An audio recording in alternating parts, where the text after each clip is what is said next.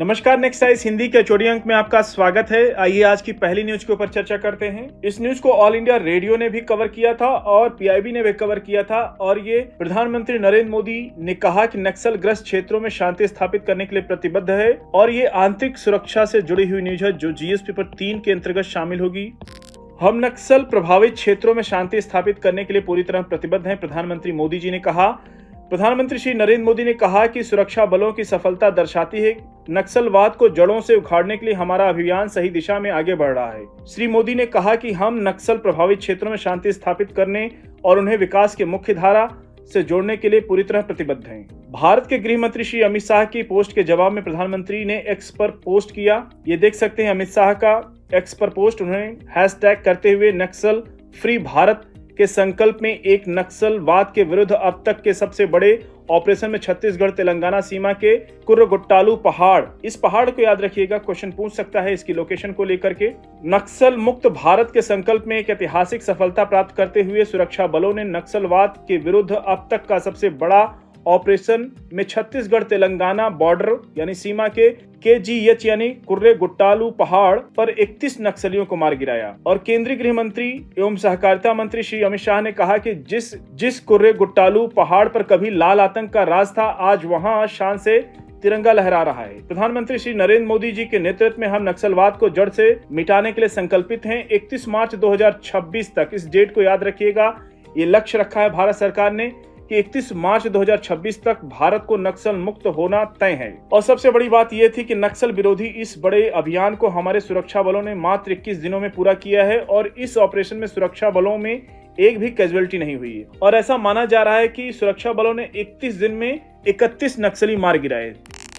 अगली न्यूज की ओर बढ़ेंगे। इस न्यूज को पीआईबी ने कवर किया था और ये साइंस एंड टेक सेक्शन की न्यूज है जो जीएस पेपर 3 के अंतर्गत शामिल होगी। न्यूज ये है कि मंत्रिमंडल ने उत्तर प्रदेश में सेमीकंडक्टर इकाई को मंजूरी दी है और सेमीकंडक्टर मिशन लगातार प्रगति पर है। प्रधानमंत्री श्री नरेंद्र मोदी की अध्यक्षता में केंद्रीय मंत्रिमंडल ने आज भारत सेमीकंडक्टर मिशन के अंतर्गत एक और सेमीकंडक्टर इकाई की स्थापना को मंजूरी दी है।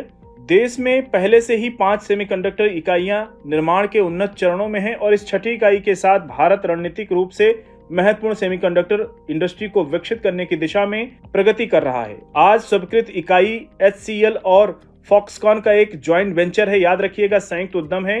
किसका? HCL का और फॉक्सकॉन का।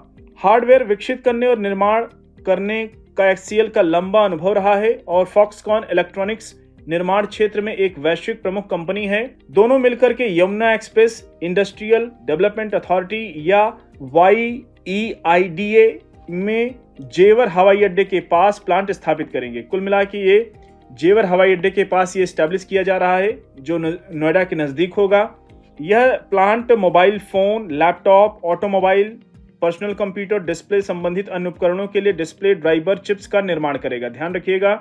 और इस प्लांट को 20,000 वेफर्स प्रतिमाह के अनुसार डिजाइन किया गया है और इसकी डिजाइन आउटपुट क्षमता 36 मिलियन यूनिट प्रतिमाह है। सेमीकंडक्टर इंडस्ट्री अब पूरे देश में विस्तारित हो रहा है। देश भर के कई राज्यों में विश्व स्तरीय डिजाइन सुविधाएं उपलब्ध हैं और राज्य सरकार ने डिजाइन फर्मों को बढ़ावा देने के लिए काफी प्रयास कर रही हैं। भारत ने सेमीकंडक्टर क्षेत्र में अपनी सुविधाएं स्थापित की हैं। अप्लाइड मटेरियल्स और लैम रिसर्च 2 सबसे बड़े उपकरण निर्माता हैं और इन दोनों की अब भारत में उपस्थिति है। Merck, Linde, Air Liquide, Inox और कई अन्य गैस और रासायनिक आपूर्तिकर्ता हमारे सेमीकंडक्टर उद्योग के विकास के लिए पूरी तरह तैयार हैं। भारत में लैपटॉप, मोबाइल फोन, सर्वर, चिकित्सा उपकरण, बिजली इलेक्ट्रॉनिक्स, रक्षा उपकरण और उपभोक्ता इलेक्ट्रॉनिक्स मैन्युफैक्चरिंग के तेजी से विकास के साथ सेमीकंडक्टर की मांग बढ़ रही है और यह नई इकाई प्रधानमंत्री श्री नरेंद्र मोदी के आत्मनिर्भर भारत के दृष्टिकोण को आगे बढ़ाएगी।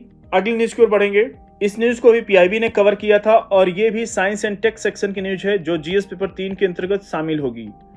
न्यूज ये है कि संचार राज्य मंत्री डॉक्टर चंद्रशेखर ने पेम्मासानी ने भारत 6G 2025 तीसरे अंतर्राष्ट्रीय सम्मेलन और प्रदर्शनी को संबोधित किया। भारत ने 6G नेतृत्व के लिए साहसिक कदम उठाया। डॉक्टर पेम्मासानी ने भारत 6G को राष्ट्रीय मिशन बनाने की प्रतिबद्धता दोहराई है। इस दौरान पेम्मासानी ने कहा कि स्वास्थ्य सेवा, शिक्षा, कृषि सहित दूसरे क्षेत्रों में क्रांतिकारी बदलाव में 6G की अहम भूमिका होगी। भारत 6G 2025 अंतर्राष्ट्रीय सम्मेलन में कहा कि 6G टेराहर्ट्ज फ्रीक्वेंसी बैंड का इस्तेमाल करेगा, जिससे कि 1 टेराबिट प्रति सेकंड तक डेटा मिलेंगी, जो 5G की तुलना में 100 गुना तेज है। याद रखिएगा, ये इंपॉर्टेंट न्यूज है। साथियों, आज के चोरी अंक को यहीं पे समाप्त करते हैं। मिलते हैं नेक्स्ट अंक में कुछ और इंपॉर्टेंट न्यूज के साथ। तब तक जुड़े रहिए नेक्स्ट आइज हिंदी के साथ। धन्यवाद।